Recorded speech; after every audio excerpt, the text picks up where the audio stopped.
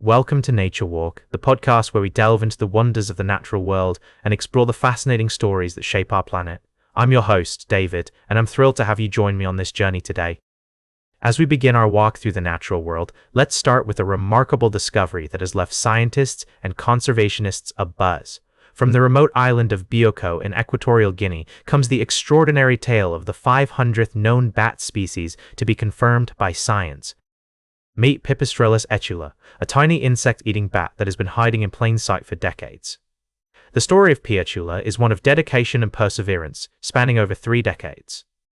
It began in 1989 when bat researcher Javier Juste first captured a few individuals of this enigmatic creature from the montane forest on the slopes of Biao Peak, a volcano on Bioko Island. At the time, Juste suspected that he had stumbled upon an undescribed species, but confirmation would take years of meticulous research and analysis. Fast forward to 2024, when a team of scientists led by Laura Torrent embarked on an expedition to the same region, capturing more individuals of what appeared to be the same bat at Basile Peak, another volcano on Bioko. By comparing the newly caught bats with the older museum specimens, the researchers found that they shared similar physical characteristics. Further genetic analysis confirmed that these bats all belong to the same new-to-science species. What makes P.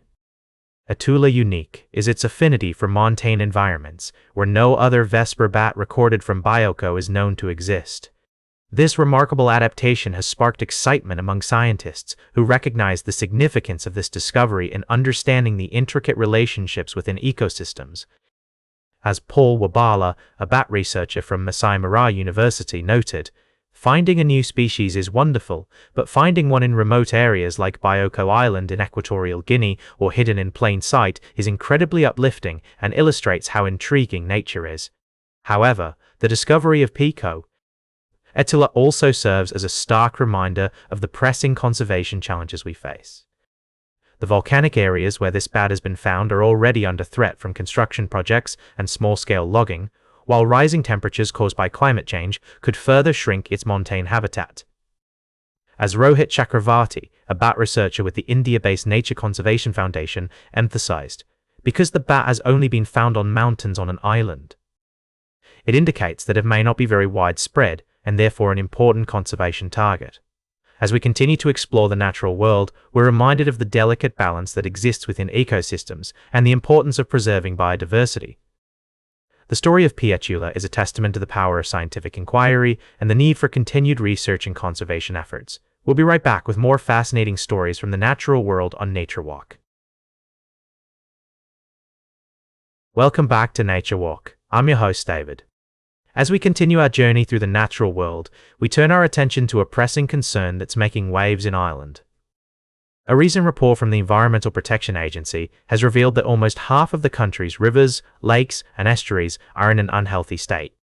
This is a staggering statistic, and one that should give us all pause for thought. Let's dive into the details. The EPA's findings show that just 52% of over 4,000 water bodies monitored between 2019 and 2024 achieved a satisfactory rating. The remaining 48% were found to be polluted, contaminated with chemicals, choked with algae, deprived of oxygen, lacking in species variety, or physically altered and damaged. These are alarming numbers, and they represent a decline from the previous monitoring period when 54% of water bodies were in satisfactory shape.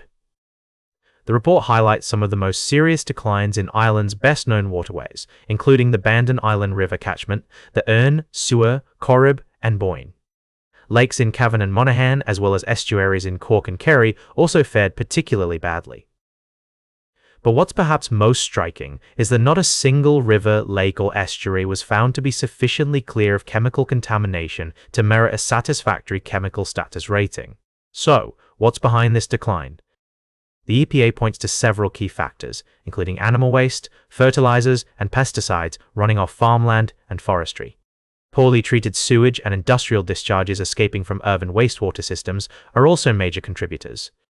And then there's the issue of interference with banks, beds, and the flow of water through draining, dredging, dams, weirs, and culverts, all of which have caused enormous damage to Ireland's natural water bodies. Now, it's not all bad news. Improvements were recorded in some areas where targeted efforts were made to address problems, particularly in relation to reducing nitrates in waters in agricultural areas.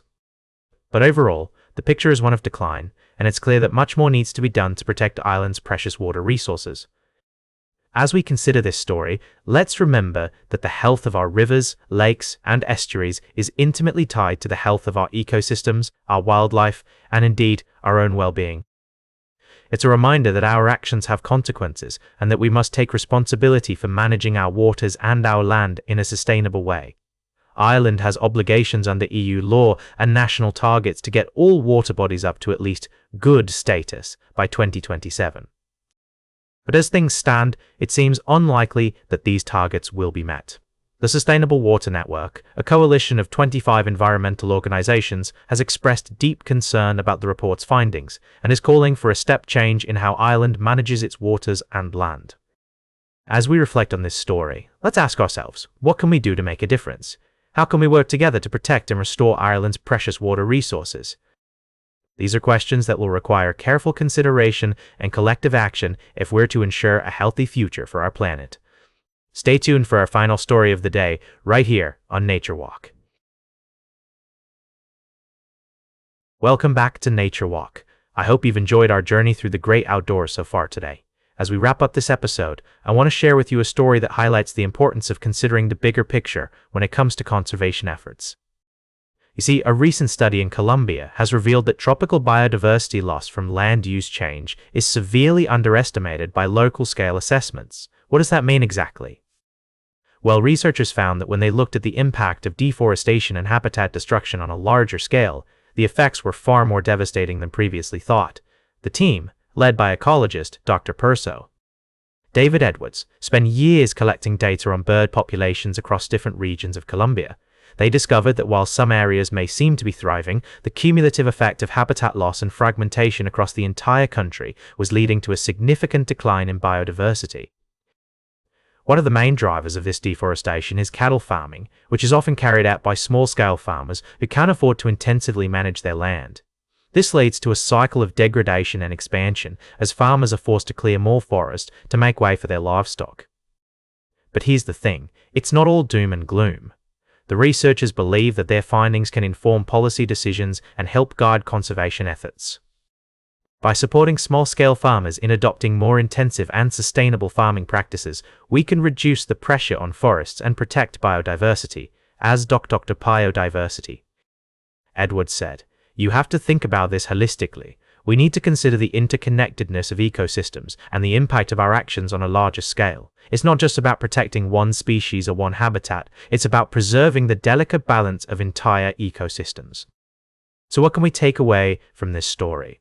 Firstly, it's a reminder that conservation is a complex issue that requires a nuanced approach. Secondly, it highlights the importance of supporting sustainable agriculture and reducing our impact on the environment.